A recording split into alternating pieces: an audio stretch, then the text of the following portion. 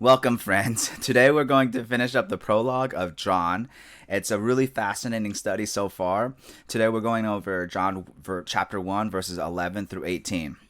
And we've actually done a ton of work already. In the first 10 verses, John talks about the Word, which is Logos, how Logos was at the beginning, how it was with God, how it was God, and how through Logos everything was created, and how Logos created. It's wild imagery of the word Word. We also saw how the Word is also the light of all man, how it's the true light, so there's some true aspects and some true symbology there. And then we also talked about John the Baptizer, who happens to be a witness. This witness, well, basically we use the courtroom analogy. A witness being in a courtroom, giving a testimony or giving their side of the story of whoever's being put on trial, right?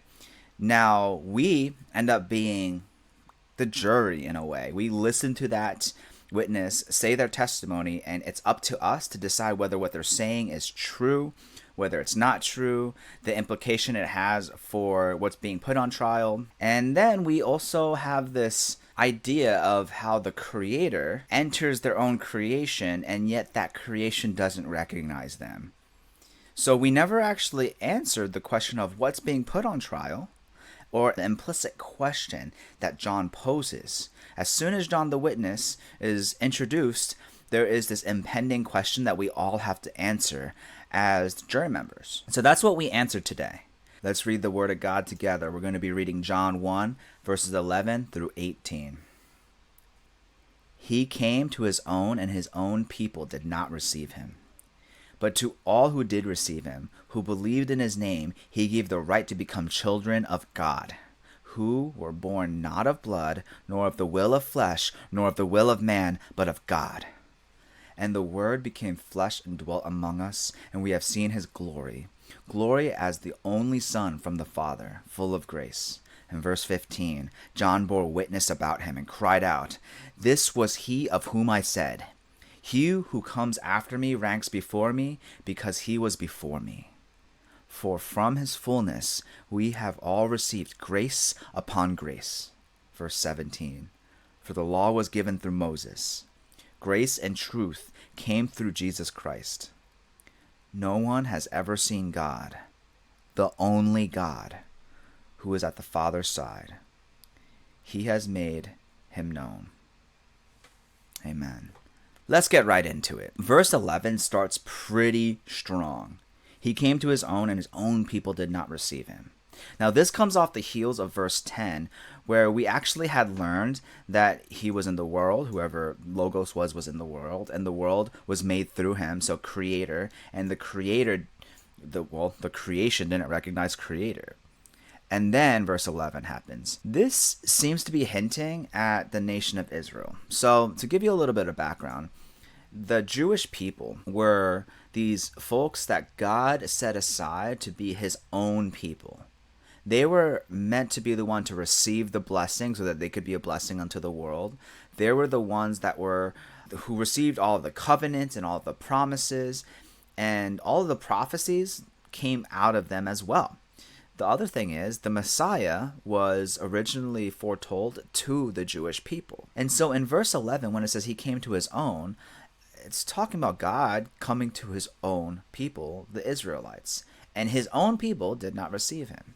But then in verse 12, it goes on to say that all those who do receive him, and what does it mean by do receive him? Those who believe in his name. So if you believe in the name of Logos, if you believe in the guy and receive whoever Logos is, whoever the light is, the truth is, then you get the right to become a child of God. Now this falls in pretty stark contrast to maybe something you've heard before. Maybe you've had a friend or a colleague, maybe they weren't even a Christian, and they said, "Hey, we're all created by God, right? I mean, God the Father made us, so we're all his children." But this is implying to be a child of God, you have to receive the name of God. You have to receive whoever Logos is. That's not the same message. This is talking about being adopted into the family of God. It's way more impactful, I think. Now, he goes on to talk about what that adoption entails. You're essentially assumed into the family of God. It's not of blood or of the flesh or even the will of man, but it's of God. So you see the separation of flesh and extra, whatever that extra is, start to form. There's like this natural side, and then there's a supernatural side. It's to be noted that there's a spiritual component for sure being introduced already in the book of John. Now, in verse 14, right, lest we say the flesh doesn't matter, lest we say that after all of that stuff I said about the supernatural, that the natural part doesn't matter. Verse 14 says that the Word actually became flesh and dwelt among us. The Word, the one that we established was God, came into the world and walked with us. And that's how we end up seeing his glory, right? Now the glory, who John says is the only Son of the Father. Is there a contradiction here? If whoever this Logos is the only Son of the Father, then how can there be other children that get adopted into the family of God? Well, in this case, the Son of the Father is a title that's being given to someone who is special. Son of the Father is like, it's like if a father were to have a blood son, that son is birthed always as the son, right? So I have a son. He's my son by blood. As soon as he was born, he was my son. And if I were to adopt, they would become my children as well. I might have other children, but they weren't always my son. They're, as the life they knew, they had a life that existed before they were my son. And that's like us. We're like the people who get adopted into the family of God. But whoever the Word is, they were the Son from the beginning. And so if the Word was at the beginning, then that means the Son had to be the Son from the beginning of time, from the beginning of all of creation.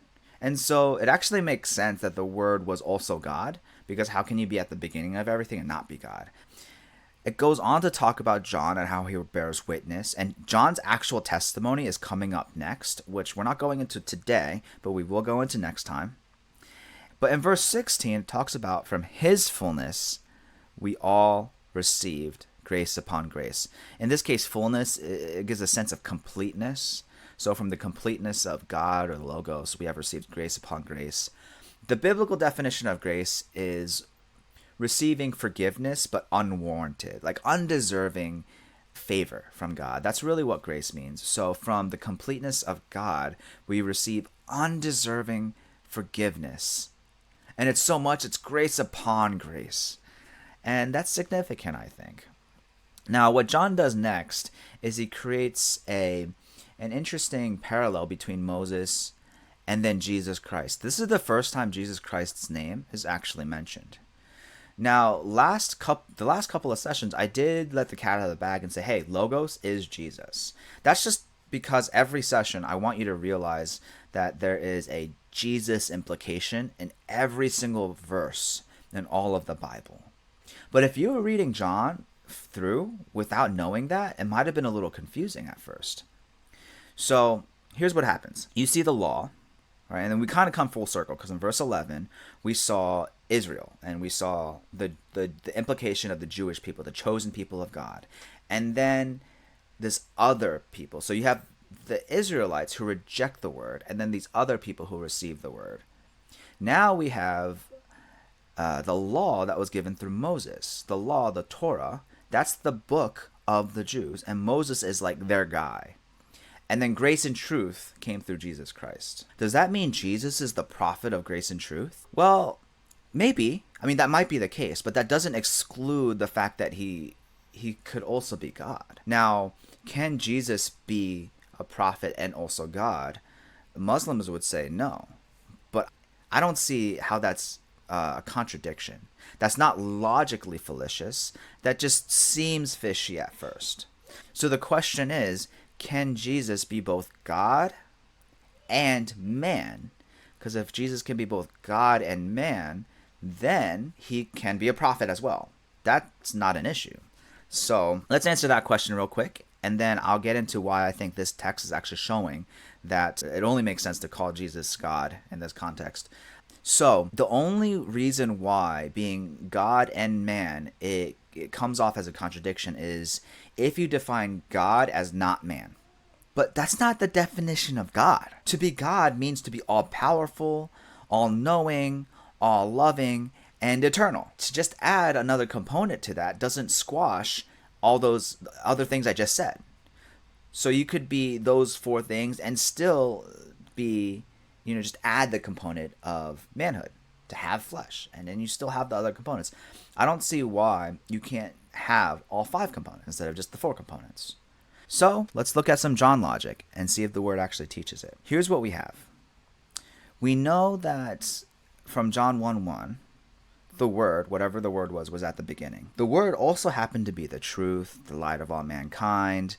The Word was also the Creator, and the Word was God. Now we learn that the people that God chose didn't receive the Word, and that those who do receive the Word get to become children of God. But not just that, but that Word becomes flesh and dwelt among us as a person. So we know logically the Word can be both God and man. The question now is, who is it? Who is it?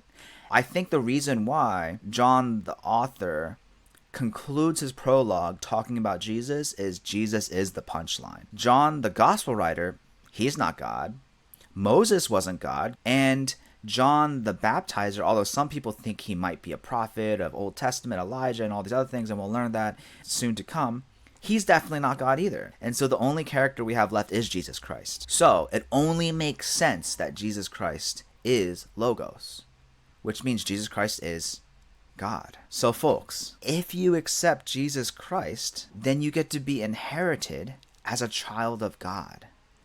And with that comes grace upon grace.